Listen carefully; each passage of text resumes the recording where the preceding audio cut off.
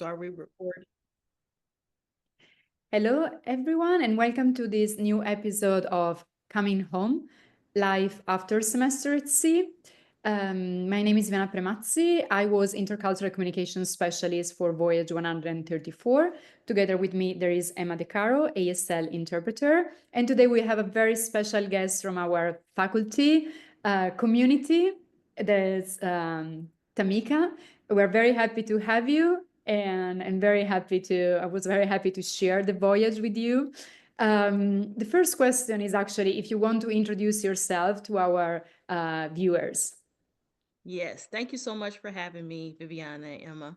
So I am Dr. Tamika Baldwin-Clark. I was a faculty instructor on the fall 2024 Voyage. I also was a post-port reflection facilitator for global studies, an exam proctor for global studies, a CELIA dialogue facilitator, and what else was I? An evening seminar presenter. So I taught 3 different classes on the ship. I taught dismantling privilege and oppression. I taught perspectives in gerontology and mental and physical health in adulthood.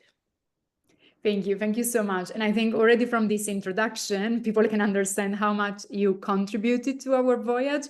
And also, as also we were discussing with another professor that joined our series, how people can play if they want. Of course, it's not kind of compulsory, but there are many roles that each one and every one of you could have played on the ship, demanding, but also rewarding, I think I'm assuming. So, Definitely. for the people that are watching and we're not part of our community and our voyage, and maybe they never heard about Semester at Sea, what is Semester at Sea, and especially maybe in your experience as a professor? So I would say semester at sea is the opportunity of a lifetime. If I could describe it in 5 words, I would say it's engaging, it's educational, it's enlightening, it can be intense, and it's all encompassing. Sorry. Yeah. So Amazing. Yeah. mhm. And what was for you Semester at Sea? For me, I would say it was a once in a lifetime opportunity. Not necessarily sure if I would do it again, just about, right now, maybe in the future. But for me, I was blessed to be able to go and have an opportunity where I could take off time from work. They understood.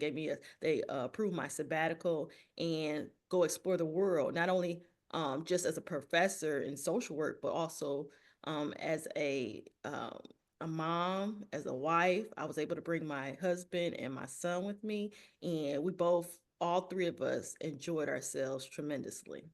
So I'm very grateful for the opportunity I had to explore the world with SAS. Yeah. And that's I think was one of the beauty where people can really travel with their families and have this opportunity of a lifetime share with their family. And so then we came back in December, a few months ago now. What do you miss the most about Semester at Sea? There's a few things that I miss the most, but I will say that the thing that stands out the most right now is just being able to travel to so many different countries in a short amount of time and get compensated while doing it and being around family and friends while doing it. So that's what I miss the most. Yeah. I absolutely share. It's such a good feeling when you travel the world being paid for doing that. Oh, definitely. That's my dream. Yeah, I think it's a dream shared by many of us. And tell us on the other side one of your favorite memories, one or more of your favorite memories. So I had 3 different favorite memories. So my first favorite memory was reuniting with my family when they joined the voyage in South Africa. So they were able to join us in South Africa and stay for the rest of the voyage, my husband and my 3-year-old son. So that was my top favorite memory. And then my next favorite memory was celebrating my birthday on the ship once we were coming from India. So that stands out because I've never been away from my birthday in another country. So that definitely stands out. And then my third favorite memory was going with my family to Hong Kong Disneyland. We had the best time there. Yeah, amazing. And I was likely to share one with you. Like, of course, all of us, we met your beautiful family, but then also Thank your you. birthday was beautiful. Thank you. And So one of the reasons why we're doing this is also because we know that doesn't matter if you are a student or a faculty, you probably have had some challenges coming back, some struggles. Can be like material struggles, like professional, personal, social. How was for you coming back? For me, it was more of a positive experience. So being away, I've never been away anywhere that amount of time away from my family or away from my friends since I've been um, in my career right now. And I would say by the time that we landed in Bangkok, I was kind of ready to go home. But because my family had just come halfway through the trip, they still wanted to travel a little bit more. And so when we arrived in Bangkok, we stayed there for a couple more days.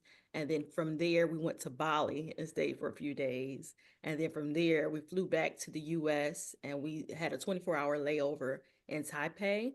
And we did some sightseeing there. So we really didn't get back, even though we docked on the 22nd of December, we didn't get back to the US until December 29th. So by that time, I was just ready to be back in my comfort zone around familiar surroundings. And it was during Christmas time too. I've never missed any like Christmas time. I'm a big Christmas person. And so just to not be around my Christmas music, the things that I'm familiar with, that was kind of difficult and challenging for me.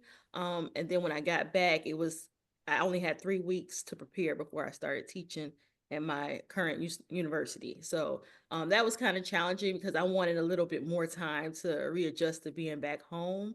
And life never really stopped. My normal life never really stopped. I still had people, well, my sister's getting married in July, my brother-in-law is getting married in May. So I had to do a lot of catch up about what was going on while I was away.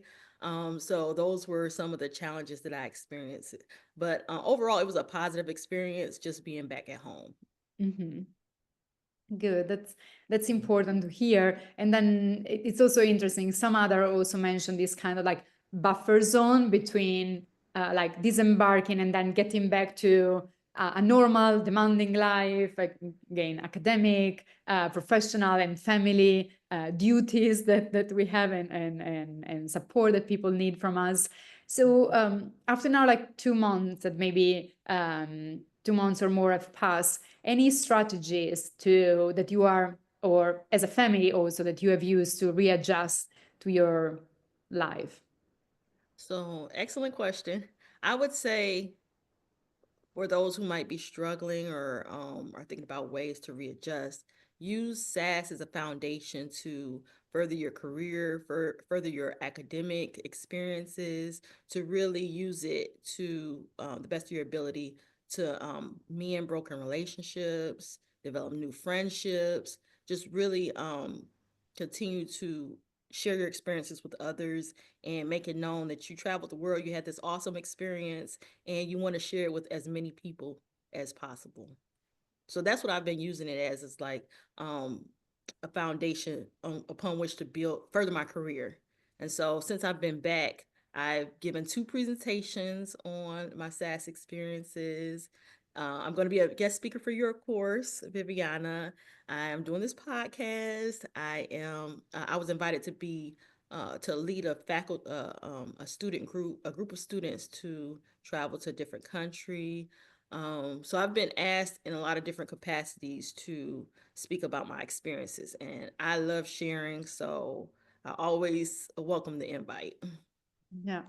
Thank you so much. And I think this is also something we've been hearing, especially from other professors. So it's kind of like words of wisdom from us also to the students. Use semester at sea as a foundation for something you want to do and how to maybe transform or adjust your life.